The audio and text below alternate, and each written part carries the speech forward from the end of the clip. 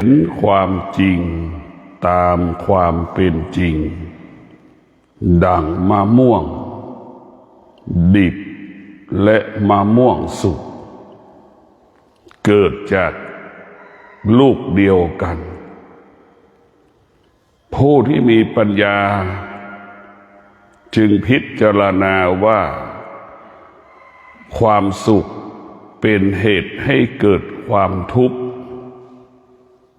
หรือความทุกข์เป็นเหตุให้เกิดความสุขนี่ผู้ที่มีปัญญาจะพิจารณาว่าที่สุดของทุกข์ก็คือความสุขที่สุดของความสุขก็คือความทุกข์ที่สุดของความวุ่นวายก็คือความสงบที่สุดของความสงบก็คือความวุ่นวายเราผู้ที่มีปัญญาจะเห็นความจริงตามความเป็นจริงดั่งธรรมะของพระพุทธเจ้าเช่นศีลห้าบุคคลใดดำรงตนด้วยศีลห้าจะเป็นผู้ที่มีเมตตาในความมีเมตตาก็ซ่อนด้วยความอดทนในความเมตตาก็ต้องประกอบไปด้วยปัญญานี่เราจะเห็นความเป็นจริงในว่าผู้ที่มีปัญญาเห็นความจริงตามความเป็นจริงพวกเราทั้งหลายท้ายสุดผู้ที่มีปัญญาก็จะเห็นว่าความสุขมันก็ไม่เที่ยงความทุกข์มันก็ไม่เที่ยงดังเช่นมะม่วงดิบมันก็ไม่เที่ยงมะม่วงสุกมันก็ไม่เที่ยงพวกเราจงเข้าใจว่าทุกสิ่งทุกอย่างเกิดจากสิ่งเดียวกันเกิดจากสิ่งเดียวกันเกิดที่เดียวกันดังท้องของแม่ท้องของแม่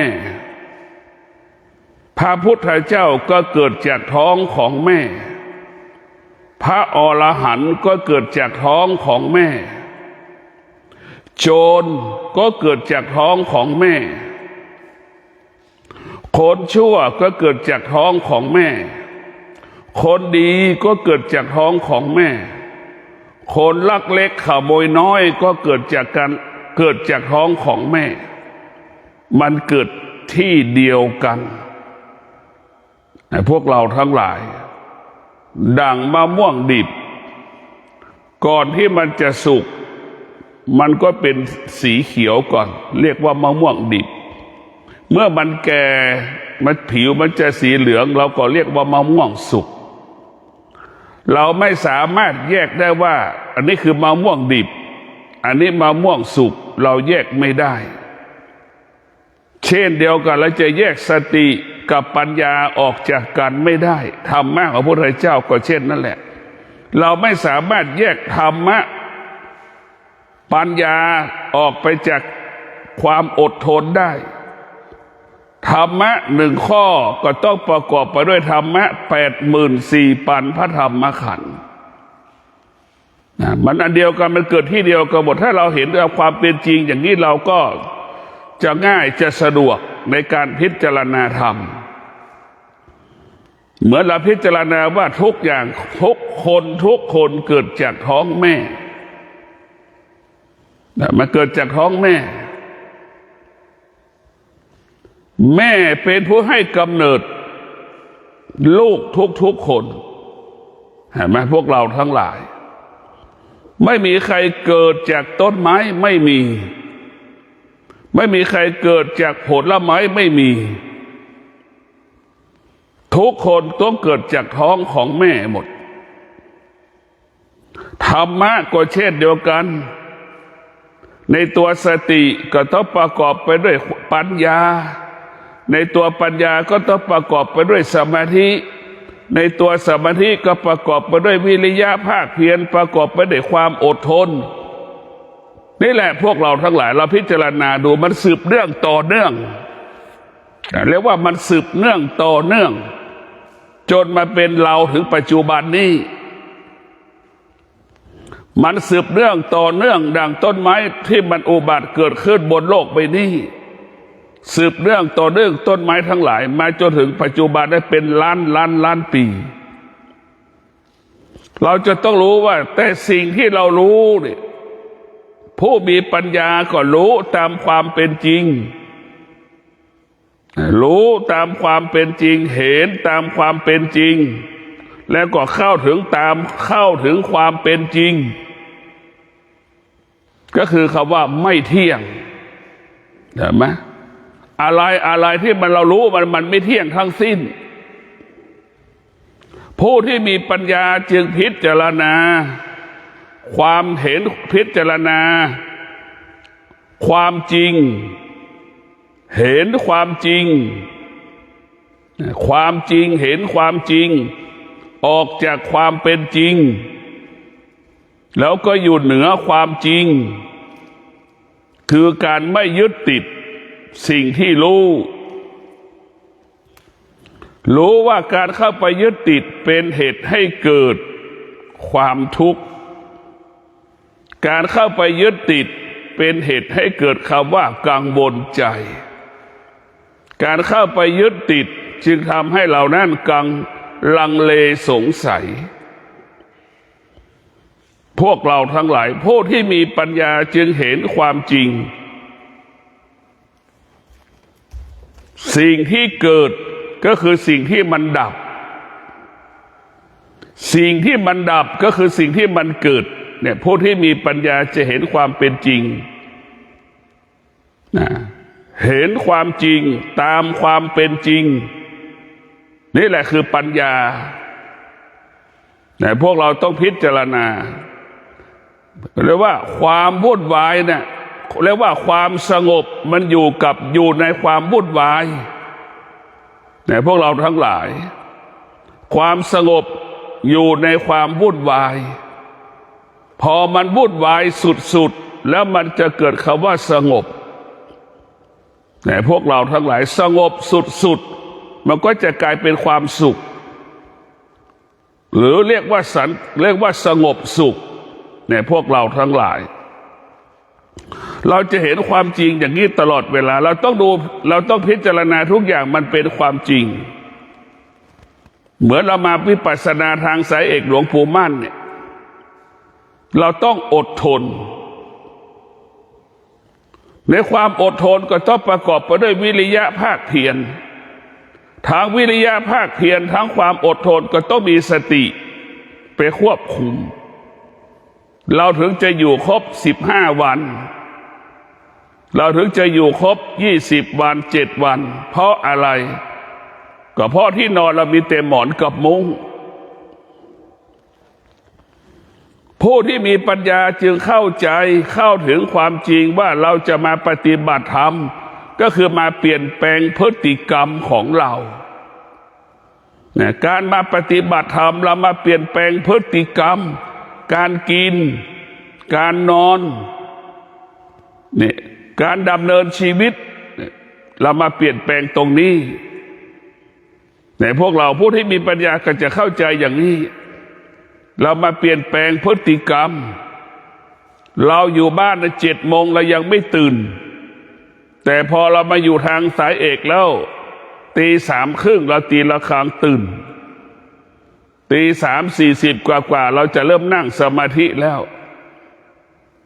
เราจะเริ่มนั่งฟังธรรมะแล้วฟังเทศแล้วนี่แหละคือการเปลี่ยนแปลงเคยอยู่บ้านเราเคยกินเป็นอิสระ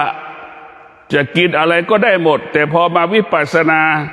ทางสายเอกเราจะมีสติมากขึ้นมีวิริยะภาคเพียรมากขึ้นมีความอดทนมากขึ้นจะไม่ตอบสนองความอยากใช่ไหมเรามีสติมากขึ้นเรามีวิริยะภาคเพียรมากขึ้นมีความอดทนมากขึ้นอันนี้แหละที่เรามาปฏิบัติธรรมได้ทำตรงนี้แหละธรรมะไม่ได้เกิดจากการนั่งหลับตาธรรมะไม่ได้เกิดจากการมานอนวัดเฉยๆเนี่ยธรรมะก็เกิดจากที่บอกได้เราว่าเราจะมาเปลี่ยนแปลงชีวิตเราได้แหละ คือเรามีสติไม่ตอบสนองความอยากทางอาหารเราก็จะกินมื้อเดียวอย่างเงี้ยเนี่ยนี่แหละคือการเปลี่ยนแปลงนี่คือธรรมะมันได้แล้วเราจะไม่ตามใจตัวเองเรามาอยู่ทางสายเอกเนี่ยคือผู้มีปัญญาจะเปลี่ยนแปลงชีวิตอย่างนี้พิจารณาอย่างนี้เรียกว่าเปลี่ยนแปลงพฤติกรรมการเป็นมนุษย์การเป็นมนุษย์มันวุ่นวายเสื้อที่เราใส่เราอยู่บ้าน10 วัน7 วันเนี่ยใส่เสื้อกี่สีแขนสั้นแขนยาวกี่ตัวแต่เรามาอยู่วิปัสสนาทางสายเอกหลวงปู่มั่นเนี่ยใส่ชุดขาวสีเดียวเท่านั้นเห็นไหมมันแตกต่างกันยังไงล่ะพวกเราก็ได้พิจารณาเห็นความจริงเรากินข้าว1 มื้อที่สุดเราก็อยู่ได้เราจะใส่เสื้อสีขาวตัวเดียว10 วันเราก็อยู่ได้ไม่ต้อง4-5 สีหรอกพวกเราทั้งหลายเพราะการมาปฏิบัติธรรมผู้มีปัญญามาการมาปฏิบัติธรรมก็คือการเปลี่ยนแปลงพฤติกรรมตื่นตี 3จากตื่น7 โมงเช้ามาตื่นตี 3 ครึ่งคนละโลกเห็นไหมจากกินทั้งวันกับกิน1 ครั้ง 1 มื้ออย่างเงี้ยเห็นไหมกินเป็นเวลาอีกมีเวลาให้กินเห็นไหมนอนก็ตรงต่อเวลากิจกรรมต่างๆมันก็ทำตรงต่อเวลาเห็นไหมนี่แหละเดี๋ยวบอกเลยว่าในธรรมะทั้งหลายในตัวสติตัวสัจจะความอดทนวิริยะภาคเพียรรวมกันแล้วอยู่ที่เดียวกันหมดเหมือนตาหูจมูกลิ้นกายใจเท้าขวาเท้าซ้ายมือขวามือซ้ายมันต้องอาศัยซึ่งกันและกันสืบเนื่องต่อเนื่องกันมันเป็นเช่นนี้มันเป็นแบบนี้ร่างกายเราจะขาดเท้าไม่ได้ใช่ไหมร่างกายเราจะขาดปากไม่ได้ขาดลิ้นไม่ได้อย่างนี้มันก็จะพวกเราทั้งหลายทุกอย่างมันเกิดขึ้นที่เดียวกันเกิดจากสิ่งเดียวกันเรียกว่ามนุษย์เกิดจากความอยากมนุษย์เกิดจากความอยากของพ่อของแม่พ่อก็มีความอยากแม่ก็มีความอยากเอาความอยากของพ่อของแม่มาบวกกันจึงมาเป็นเราจึงมาเป็นเขาจึงมาเป็นคนนี่เราเกิดมาเพราะความอยากของกิเลสตัณหาราคะของพ่อของแม่พ่อแม่มีความอยากฉันใดลูกเกิดมาแล้วลูกก็มีความอยากดังพ่อดังแม่เห็นไหมเรียกว่าเราเป็นลูกของกิเลสตัณหาตัณหาเป็นพ่อกิเลสเป็นแม่เห็นไหมเราต้องฟังอย่างนี้ว่ากิเลสเป็นพ่อตัณหาเป็นแม่มันจึงเกิดความอยากเรากลายเป็นลูกของกิเลสกลายเป็นลูกของตัณหาเราจึงเป็นสายเลือดสายพันธุ์กิเลสตัณหาเราจึงเป็นลูกกิเลสตัณหาจึงว่ายากสอนยากมันจึงมีข้ออ้างจึงมีข้อแก้ตัวตลอดเวลาลักษณะของกิเลสตัณหาเป็นเช่นนี้มันจะมีข้ออ้างมีข้อแก้ตัวชอบใจก็มีข้ออ้างมีข้อแก้ตัวไม่ชอบใจก็มีข้ออ้างข้อแก้ตัวหลงไหลก็มีข้ออ้างมีข้อแก้ตัวเกลียดชังก็มีข้ออ้างข้อแก้ตัวเบื่อหน่ายก็มีข้ออ้างข้อแก้ตัวมีเหตุมีผลเห็นไหม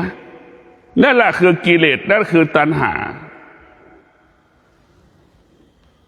มันเป็นลักษณะของกิเลสตัณหาลักษณะของกิเลสตัณหาก็จะเป็นเช่นนี้แต่พวกเราทั้งหลายธรรมะของพระพุทธเจ้า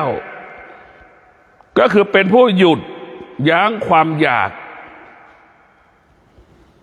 หรือให้ความอยากพอประมาณให้ความอยากนั้นพอประมาณควบคุมความอยากให้ได้นะควบคุมความอยากให้ได้ดังศีลข้อที่ 3อย่างเนี้ยพระพุทธเจ้าจึงบัญญัติศีลข้อที่ 3ไม่ให้ใครมีสามีซ้ำๆไม่ให้ใครมีภรรยาซ้ำๆไม่ให้มีสามี1 คนให้มีภรรยา1 คนอย่างเงี้ยอันนี้แหละคือพระพุทธเจ้าถึงให้ได้บัญญัติ พระพุทธเจ้าจึงเป็นผู้รู้ความจริงเห็นความจริงว่ามนุษย์มันมีความอยากไม่มีที่สิ้นสุดไม่ว่าชายและหญิงมีความอยากเสมอเหมือนกันหมดแต่มนุษย์ที่มีสติมนุษย์ที่มีธรรมะมนุษย์ที่มีความอดทนก็จะหยุดความอยากได้อยู่กันจนแก่เฒ่าชราได้นั่นแหละคือมนุษย์ที่มีความอดทนจะอยู่ร่วมกันได้จนแก่เฒ่าชราควบคุมความอยากได้ไม่มีใครหญิงไม่มีชายชายไม่มีหญิงมันก็เกิดคำว่าความสุขเกิดคำว่าสงบสุขเกิดจากคำว่ามั่นคงเกิดคำว่าปลอดภัยเกิดคำว่ายั่งยืนเกิดคำว่างอกงามในพวกเราทั้งหลายต้องพิจารณาแล้วว่าผู้มีปัญญาเห็นความจริงตามความเป็นจริงว่าตาของเรานี่มันหน้าที่รับรับอย่างเดียวมันไม่เคยออกเลยเห็นอะไรมันก็รับหมดเห็นไหมนี่คือธรรมชาติของตาธรรมชาติของหูก็รับหมดได้รับรู้แต่เสียงเท่านั้นแหละหน้าที่ของมันก็รับหมดทุกอย่างไม่ดีมันก็ไม่รู้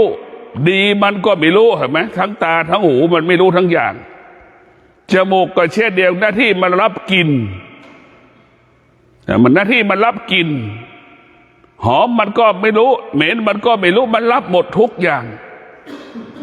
เนี่ยมันรับหมดหน้าที่ของมันหน้าที่ของมนุษย์คือการรับรู้แล้วก็สะสมสิ่งที่เรารู้ตาก็เช่นนั้นรับรู้แล้วก็สะสมที่สิ่งที่มันรู้หูรับรู้ก็สะสมสิ่งที่มันรู้จมูกก็รับรู้สะสมสิ่งมันรู้ลิ้นรับรู้ก็สะสมสิ่งที่มันรู้กายมันสัมผัสมันรับรู้มันก็สะสมสิ่งที่มันรับรู้จิตก็เป็นเช่นนั้นอันนี้แหละคือเราจะเห็นความจริงตามความเป็นจริงว่าการที่เราสะสมเนี่ยมันเป็นบ่อเกิดแห่งความทุกข์พระพุทธเจ้าจึงผู้ที่มีปัญญาจึงเห็นว่าการสะสมเป็นเหตุให้เกิดความทุกข์ผู้ที่มีปัญญาจึงเห็นว่าการสลัดละและวางปล่อยสิ่งที่เรารู้ทางตาทางหูทางจมูกลิ้นกายใจทำให้เราเบากายทำให้เบาใจทำให้กายสบายกายทำให้ใจสบายใจผู้ที่มีปัญญาจึงปล่อยวางความรู้สึกที่มันรู้ทางตาทางหูจมูกลิ้นกายใจเห็นไหมผู้ที่มีปัญญาจะเป็นผู้ที่ปลดเปลื้องสิ่งที่เรารู้ทางตาหูจมูกลิ้นกายใจปลดเปลื้องความโลภความโกรธความหลงอยากได้อยากมีความสุขความทุกข์ความพอใจไม่พอใจสิ่งเหล่านี้ผู้ที่มีปัญญาเห็นความจริงว่าเป็นอุปสรรคเป็นปัญหาต่อการมีชีวิตไม่ว่าจะเป็นพระปฏิบัติหรือไม่จะไม่เป็นพระทั่วไปหรือเป็นโยมทั่วไปเป็นชาวบ้านทั่วไปมันเป็นอุปสรรคเป็นปัญหาถ้าบุคคลใดรู้แล้วไม่ยึดติดในสิ่งที่รู้บุคคลผู้นั้นก็จะเกิดคำว่าสบายกายสบายใจจะทำอะไรก็ง่ายทำอะไรก็สะดวกแต่พวกเราทั้งหลายที่เราลำบากทุกวันนี้เพราะเราไปยึดติดในสิ่งที่เรารู้ทั้งหมดเราไปยึดติดในสิ่งที่เรารู้เราไม่เคยปล่อยเราไม่เคยวางเราไม่เคยปลดเปลื้องอารมณ์ความรู้สึกทางจิตกายเราก็สะสมเสื้อผ้าวัตถุสิ่งของต่างๆแต่ไม่เราไม่เคยเลยเราสะสมเหมือนคนบ้าเรียกว่าคนของเราคนดีๆเนี่ยมันยิ่งกว่าคนบ้าคนบ้ารู้จักประมาณตนเองแต่ว่าคนบ้ามันก็มีเท่านั้นแหละเท่าที่มันหามเท่าที่มันแบกมีเท่านั้นแหละมันจะไม่ทวีคูณขึ้นเลยไอ้คนดีนี่มันทวีคูณขึ้นเรื่อยๆดังเสื้อผ้ากางเกงเห็นไหมถามว่าคนมีกี่ตัวบ้านมีกี่คน บ้านมีห้าคนอย่างเงี้ย3 คนอย่างนี้แต่ละคนเสื้อผ้าไม่ต่ำกว่า50 ตัวทั้งกางเกงเสื้อผ้าน่ะนึกดูกันแล้วกัน50 ตัว3 คนก็เป็นเท่าไหร่ล่ะเห็นไหมพวกเราทั้งหลายก็150 ตัวล่ะเวลาไฟไหม้ก็เป็นเชื้อเพลิงอีกเป็นฟืนเผาเราอีกเห็นไหมอันนี้แหละคือเราไปสะสมวัสดุคารุภัณฑ์ต่างๆเต็มไปหมดบ้านแต่ละหลังครับเราไปสะสมใช้ก็ไม่ใช้ให้ก็ไม่ให้ใช้ก็ไม่ใช้ให้ก็ไม่ให้ในพวกเราทั้งหลายก็สะสมนั่นแหละคือเราขาดปัญญาเมื่อเราขาดปัญญาเราจะอยู่กับความไม่เป็นจริงเห็นความไม่เป็นจริงอยู่กับความเป็นจริงอ่ะไม่เคยเห็นความจริงเมื่อไม่เห็นความจริงมันก็อยู่กับความไม่เป็นจริงมันจึงไม่ความไม่เป็นจริงก็กลายเป็นกาวเหมือนหนูติดกาวคนส่วนมากก็เป็นเช่นนั้นผู้ไม่รู้เปรียบเสมือนหนูสิ่งที่เราสะสมก็เหมือนกาวหนักหนูเสื้อเราไปกลายเป็นกาวเราก็กลายเป็นหนูไปติดในเสื้อผ้าเนี่ยใช้ก็ไม่ใช้ให้ก็ไม่ให้เห็นไหมก็สะสมนั่นแหละเหมือนหนูติดกาวพวกเราทั้งหลาย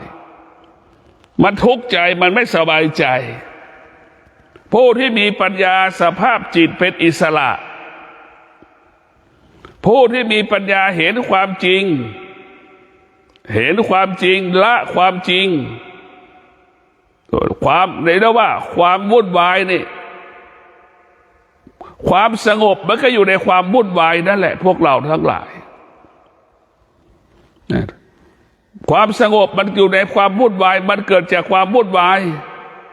ความวุ่นวายมันไม่เที่ยงเดี๋ยวมันก็สงบมันก็ไม่เที่ยงเดี๋ยวมันก็วุ่นวายเห็นไหม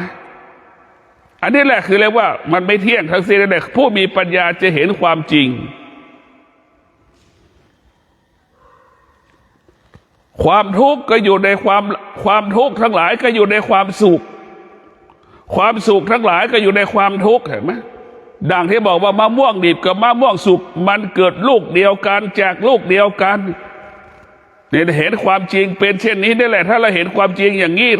เห็นธรรมะทุกสิ่งทุกอย่างว่ามันเกิดจากที่เดียวกันหมดเนี่ยเราก็จะเห็นว่ามันไม่เที่ยงที่สุดมันไม่เที่ยงสักอย่างไม่มีสิ่งใดที่มันเที่ยงยั่งยืนงอกงามมั่นคงยั่งยืนไม่มีเพราะฉะนั้นพวกเราผู้ที่มีปัญญาจึงเห็นความจริงพ่อแม่ของเราอยู่กับเราแค่บางเวลานะเห็นความจริงอย่างนี้แม่ก็รู้ว่าแม่มีปัญญาแม่ก็รู้ว่าลูกอยู่กับเราแค่บางเวลาสิ่งที่อยู่กับเราตลอดเวลาก็คือธรรมะตนและเป็นที่พึ่งแห่งตนเห็นไหมอันนี้แหละคือผู้ที่มีปัญญาจะเข้าใจเนี่ยผู้แม่ที่มีปัญญาก็จะเข้าใจเห็นความจริงตามความเป็นจริงจนถึงที่สุดผู้เป็นพ่อเป็นแม่จะไม่ยึดติดในลูกเห็นความจริงตามความเป็นจริงลูกก็ไม่ยึดติดในพ่อแม่เห็นความจริงแล้วต่างคนต่างรับผิดชอบความจริงอยู่กับความเป็นจริงให้ได้ตนแลเป็นที่พึ่งแห่งตนนี่แหละคือความจริงเราต้องพิจารณาเนี่ยคนแต่ละคนก็เป็นเพียงแค่เครื่องมืออำนวยความสะดวกต่อกันและการเช่นหมอพยาบาลหน้าที่คือเครื่องมืออำนวยความสะดวกการรักษาความเจ็บป่วยของเรานี่ก็เป็นแค่นี้แหละพวกเราทั้งหลายพ่อแม่ก็เป็นเช่นนั้นแหละเป็นเครื่องมืออำนวยความสะดวกการเลี้ยงลูกเมื่อให้ลูกเติบใหญ่เราจะเห็นไหมล่ะว่าผู้ที่มีปัญญาจะเห็นความจริงเบื้องต้นแม่พ่อเป็นผู้เลี้ยงลูกสุดท้ายชีวิตของพ่อแม่ลูกเป็นผู้ดูแลและเลี้ยงพ่อแม่เห็นไหมนี่แหละผู้มีปัญญาจะเห็นความจริงอย่างนี้ มันเห็นความจริงคืออะไรลูกกลับเป็นแม่แม่กลับเป็นลูกลูกกลับเป็นพ่อพ่อกลับเป็นลูกเนี่ยบอกอย่างที่บอกแล้วว่ามะม่วงดิบกับมะม่วงสุกอยู่ที่เดียวกันคำว่าพ่อแม่ที่สุดก็อยู่ไปเป็นลูกเหมือนเดิมลูกเบื้องต้นที่สุดก็กลายเป็นพ่อเป็นแม่เห็นไหมเด็กๆเล็กๆเรียกว่าลูกสมมุติแม่ก็สมมุติลูกก็สมมุติเบื้องต้นเราเป็นลูกที่สุดเราเป็นแม่เป็นพ่อเห็นไหมเราเป็นพ่อเป็นแม่ที่สุดลูกเป็นลูกจ้างลูกเป็นนายจ้างของพ่อแม่ที่สุดเบื้องต้นลูกเป็นลูกจ้างที่สุดเห็นไหมลูกเป็นลูกจ้างถ้าเรามีสติลูกก็จะเป็นนายจ้างเราจะเห็นได้ผู้ที่มีปัญญาจะเห็นความจริงว่าคำว่าพ่อคำว่าแม่คำเนี่ย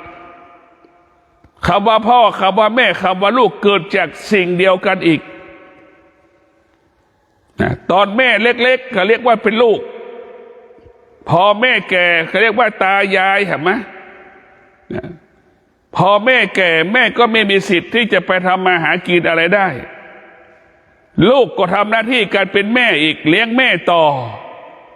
แม่ก็ทำหน้าที่การเป็นลูกอีกนี่แหละผู้มีปัญญาเห็นความจริงตามความเป็นจริงอย่างนี้นี่แหละคือธรรมะจะเห็นความจริงตามความเป็นจริงให้เราพิจารณาแบบนี้เราคือนี่คือธรรมะนะแม่พ่อเนี่ยสิ่งเหล่านี้เป็นสมมติขึ้นลูกก็สมมติขึ้นเราดังมะม่วงดิบกับมะม่วงสุกก็แหละตอนมันดิบเปรียบเสมือนลูกพอมันแก่เปรียบเสมือนแม่พอมันแก่แล้วแม่ก็ไม่สามารถทำอาหารกินเองได้ลูกต้องรับผิดชอบดูแลแม่เห็นไหมตอนมันเล็กๆลูกก็ไม่สามารถหากินได้แม่ต้องรับผิดชอบเลี้ยงลูกเห็นไหมดังมะม่วงดิบกับมะม่วงดิบให้เรามะม่วงดิบกับมะม่วงสุกให้เราพิจารณามันเกิดที่เดียวกันลูกเดียวกันแต่เราไม่สามารถแยกออกจากกันได้นั่นคือธรรมะเห็นความจริงตามความเป็นจริงแม้กระทั่งพระกับพระกรรมฐานวิปัสสนากรรมฐานพระสมถกรรมฐานก็เกิดจากที่เดียวกันนะโดยเฉพาะธรรมะภาคปฏิบัติธรรมะภาคปฏิบัติหัวใจธรรมะภาคปฏิบัติเรียกว่าธรรมะภาคปฏิบัตินี่แหละเป็นต้นกำเนิดของพระปริยัติธรรมถ้าไม่มีธรรมะภาคปฏิบัติธรรมะปริยัติภาคปริยัติไม่สามารถจะเกิดขึ้นได้เนี่ยพวกเราทั้งหลายพระพุทธเจ้านั่งหลับตาบำเพ็ญเพียรน่ะจึงเกิดธรรมะและก็แปลสภาพมาเป็นปริยัติธรรมธรรมทั้งหลายได้เกิดจากการนั่งปฏิบัติธรรมภาวนาธรรมะไม่ได้เกิดจากการอ่านหนังสืออันนั้นให้เรารู้เฉยๆแต่ตัวรู้เราได้จะเกิดความจริงได้เมื่อเราลงมือปฏิบัติพระไตรปิฎกให้เรารู้ธรรมะเฉยๆพระไตรปิฎกบอกว่ามะม่วงมันหวานอย่างนี้แต่เราลิ้นเรายังไม่เคยชิมเลยธรรมะภาคปฏิบัติมันจะบอกให้เรารู้เลยว่ามะม่วงมันหวานแล้วลิ้นเราได้สัมผัสกับรสชาติมะม่วงนั่นแหละคือธรรมะภาคปฏิบัติเป็นเช่นนั้นรู้เฉยๆกับรู้ความจริงเข้าถึงความจริงดั่งลิ้นสัมผัสกับมะม่วงว่ามันหวานหรือมันเปรี้ยวเนี่ยเรารู้เลยสัมผัสได้มะขามมันหวานหรือมันเปรี้ยวเรารู้เลยนั่นแหละคือปฏิบัติแต่ส่วนมากเรารู้ธรรมะภาคปฏิบัติเนี่ยเป็นก่อการกำเนิดภาคปริยัติแต่เราก็เป็นเน้นปริยัติ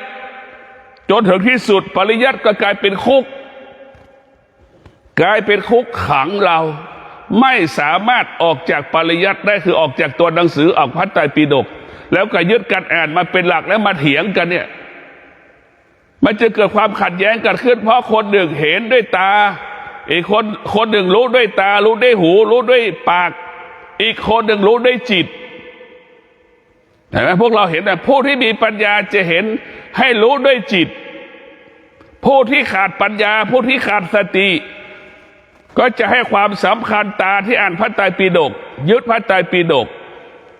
ดังคำว่าพุทธวจนะอย่างเงี้ยเราก็ยึดพุทธวจนะเป็นตัวหนังสือยังไม่ใช่ธรรมะ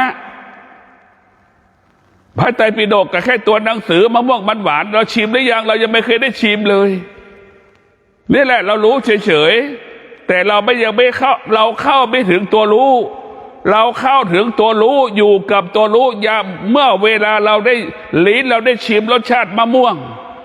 ลิ้นเราได้ชิมรสชาติมะขามว่ามันหวานมันเปรี้ยวนั่นแหละคือการเข้าถึงความจริงแต่เรารู้มะขามมันหวานรู้แค่คำพูดรู้ได้หูอย่างเงี้ยรู้ได้ตัวหนังสืออย่างเงี้ยแหละสิ่งเหล่านี้จึงปิดกั้นขวางกั้นปกปิดบังความจริงของพระพุทธเจ้าเพราะคนเราไปติดไปฟังพ่อแม่ครูบาอาจารย์ก็เชื่อพ่อแม่ครูบาอาจารย์อีกพ่อแม่ครูบาอาจารย์ก็บอกว่ามะม่วงมันหวานแต่คนฟังยังไม่ได้ชิมเลยมะม่วงมันหวานจริงไม่จริงแต่ก็เชื่ออย่างเงี้ยแต่พวกเราจึงถูกหลอกถูกโกงเราจึงหลงทางหลงผิดเพราะเราไปยึดติดในคำสอนของพ่อแม่ครูบาอาจารย์พ่อแม่ครูบาอาจารย์สอนก็ไม่ให้เชื่อแต่ให้พิจารณาอย่างที่บอกมะขามมันหวานเนี่ยพ่อแม่ครูบาอาจารย์สอนเนี่ยแต่เราไม่เคยชิมเลยมะม่วงมะขามมันเปรี้ยวหรือมันหวานเราได้ยินเฉยๆรู้เฉยๆเรียกว่ารู้แต่เข้าไม่ถึงตัวรู้รู้เฉยๆเรารู้เข้าไม่ถึงตัวรู้นี่แหละคือเรียกว่ารู้แต่ถ้ารู้แล้วเข้ารู้ความจริงเข้าถึงความจริงดั่งมะม่วงมันหวานลิ้นก็สัมผัสกับรสชาติมะม่วงนี่แหละรู้ความจริงเข้าถึงความจริงลิ้นสัมผัสกับรสชาติมะขามนี่แหละรู้ความจริงเข้าถึงความจริงธรรมะภาคปฏิบัติให้เราอยู่กับความเป็นจริงเท่านั้นแต่พระพุทธเจ้าจึงไม่สรรเสริญจากการอ่านหนังสือสมัยโบราณไม่มีโรงเรียนเราไม่มีโรงเรียนธรรมะของพระพุทธเจ้าก็คือธรรมชาตินี่แหละโรงเรียนพระพุทธเจ้าก็คือภูเขานี่แหละป่าไม้นี่เป็นโรงเรียนเป็นสถานที่เรียนรู้ร่างกายของเรานี่แหละเป็นเนื้อหาเป็นหลักสูตรเราต้องเรียนรู้แบบนี้ในพวกเราอยู่ในป่ากับเราอยู่ในชุมชนเนี่ยสภาพจิตมันก็ต่างกันไปในพวกเราทั้งหลายจิตมันรับรู้อีกอย่างเราอยู่ในป่าจิตมันจะสงบเราอยู่ในชุมชนจิตมันไม่สงบคนที่อยู่ในชุมชนเห็นความจริงได้ยากคนที่อยู่ในป่าเห็นความจริงได้ง่าย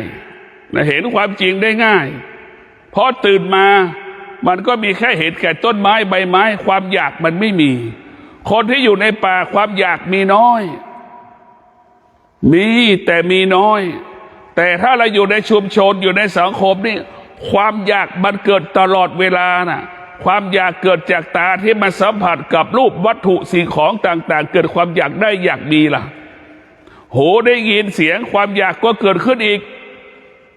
จมูกสัมผัสกับกลิ่นมันก็เกิดความอยากอีกเห็นไหมนี่ความอยากมันเกิดขึ้นได้ตลอดเวลาในพวกเราทั้งหลายแต่ถ้าเราอยู่ในป่านะความอยากมันเกิดขึ้นได้น้อยเพราะมันตื่นมาทุกเช้าก็เห็นแต่ต้นไม้สีเขียวมันไม่มีกิเลสหลอกตาเห็นไหมตามันก็รู้ว่าเป็นต้นไม้ความอยากมันก็ไม่เกิดเห็นไหมเมื่อความอยากไม่เกิดความสงบมันก็เกิดขึ้นได้ง่ายเพราะฉะนั้นผู้ที่อยู่ในป่าฤาษีทั้งหลายนักบำเพ็ญพจน์ทั้งหลายเจ้าชายสิทธัตถะทั้งหลายจึงอยู่ป่าเมื่ออยู่ป่าเห็นความจริงได้ง่ายเข้าถึงความจริงได้ง่ายนะเพราะถ้าผู้ที่มีปัญญาจึงอยู่กับความเป็นจริงก็คืออยู่ป่าเป็นหลักอยู่ป่าแล้วมันเป็นเพียงป่านั้นเป็นเครื่องอำนวยความสะดวกนะเป็นเครื่องมืออำนวยความสะดวกให้จิตสงบได้ง่ายแต่เครื่องสงบเป็นเครื่องความสงบให้เราได้ง่ายแต่ถ้าเราอยู่ในเมืองนี่ความสงบมันจะเกิดขึ้นได้ยากมันแตกต่างกัน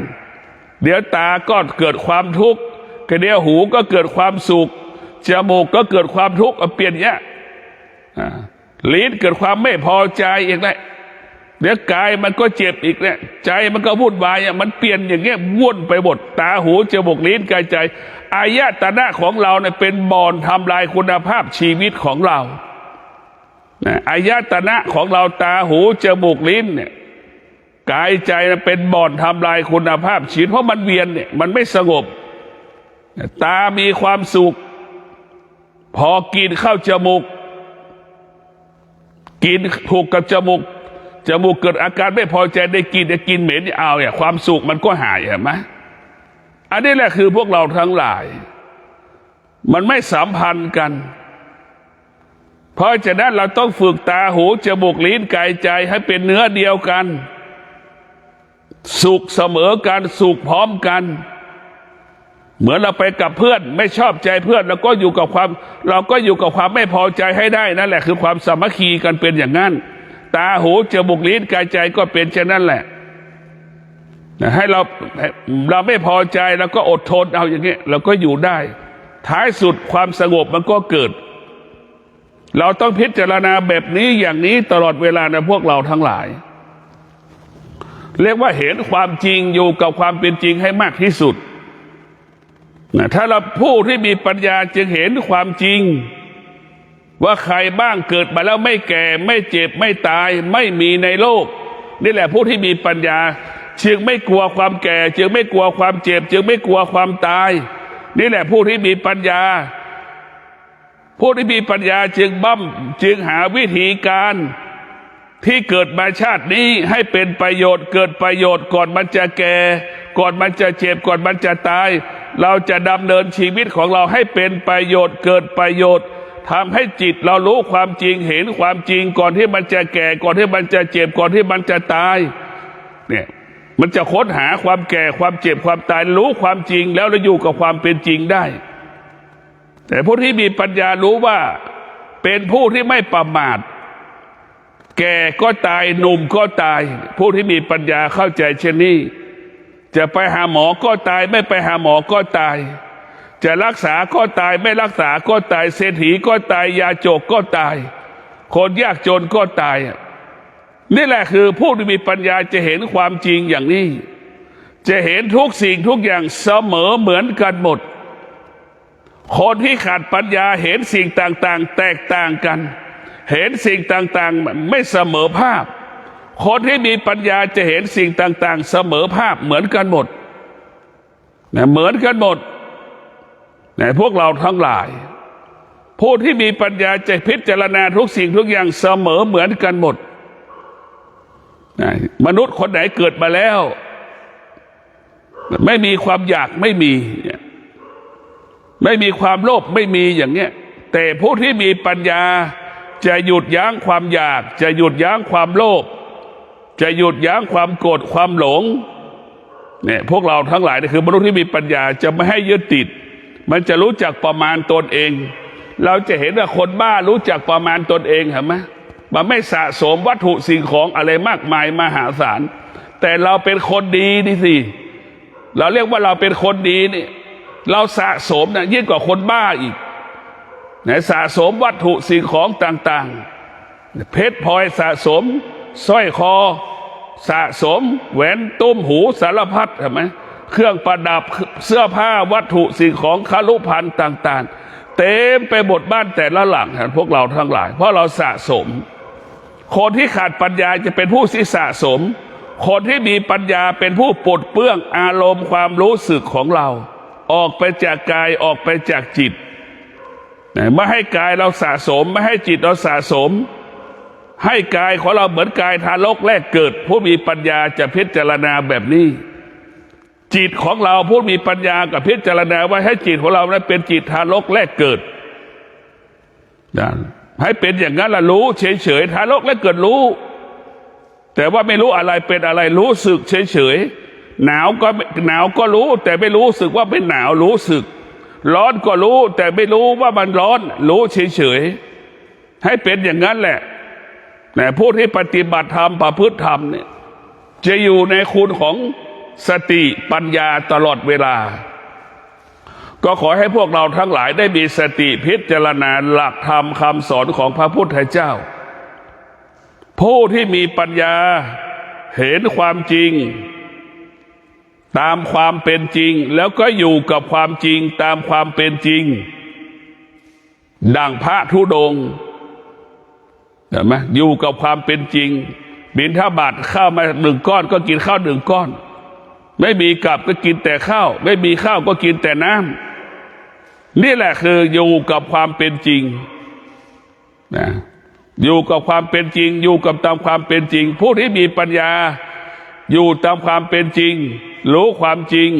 ก็คือลงมือปฏิบัติธรรมประพฤติธรรมก็ขอความสุขสวัสดีจงเกิดแก่ท่านทั้งหลายขอให้ท่านทั้งหลายเห็นความจริงตามความเป็นจริงดังมะม่วงดิบและมะม่วงสุกเกิดจากที่เดียวกันไม่สามารถแยกได้ว่านี่คือมะม่วงดิบมะม่วงสุกพวกเราทั้งหลายธรรมะก็เช่นเดียวกันสติก็ดีปัญญาก็ดีก็เกิดจากที่เดียวกันความอดทนวิริยะภาคเพียรก็เกิดจากที่เดียวกันเราไม่สามารถแยกแยะได้ธรรมะ84,000 ธรรมขันธ์เกิดจากการนั่งสมาธิภาวนาพวกเราทั้งหลายธรรมะ84,000 ขันธ์เกิดจากธรรมะภาคปฏิบัติขอเจริญพร